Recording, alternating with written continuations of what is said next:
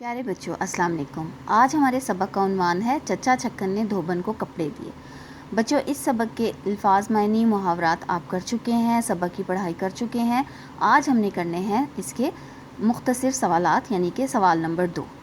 ٹھیک ہے بچوں، اب ہم اس کے سوالات کو دیکھیں گے ساتھ ساتھ، اور میں آپ کو ان کے جوابات بتاؤں گی۔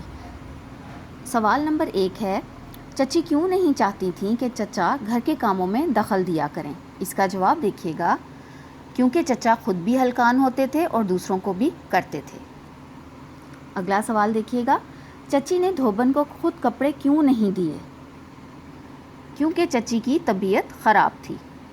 اگلا سوال ہے، چچی کے منع کرنے کے باوجود دھوبن نے کپڑے لے جانے پر کیوں اصرار کیا؟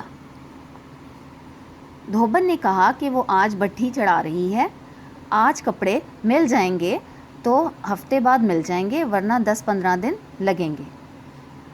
اگلا سوال ہے، چچا میاں نے کس کس کو احکام سنانے شروع کر دیے؟ تو اس کا جواب ہے، چچا نے اپنے سارے بچوں اور نوکروں کو احکام سنانے شروع کر دیے۔ اگلا سوال ہے، 5 منٹ میں گھر کی حالت کیسی ہو گئی؟ 5 منٹ میں گھر کی حالت ایسی ہو گئی جیسے آنکھ مچولی کھیلی گئی ہو۔ آگے دیکھیے گا، کپڑوں کی فہرست کتنی دیر میں بنی؟ 1 گھنٹے میں کپڑوں کی فہرست بنی۔ پھر ہے، دھوبن کس وقت آئی اور کتنے بجے رخصت ہوئی؟ دھوبن 12 بجے آئی اور 4 بجے رخصت ہوئی۔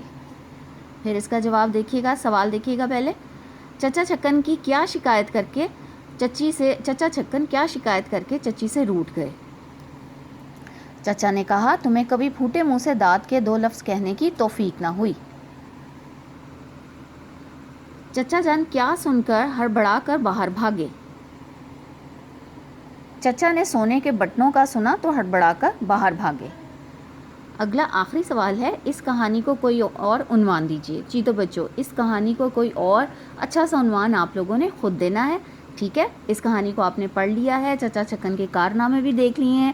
اب آپ نے اس کو دھیان سے جب پڑھ لیا ہے تو اب اس کا کوئی بھی مناسب سا مزے کا کوئی بھی اچھا سا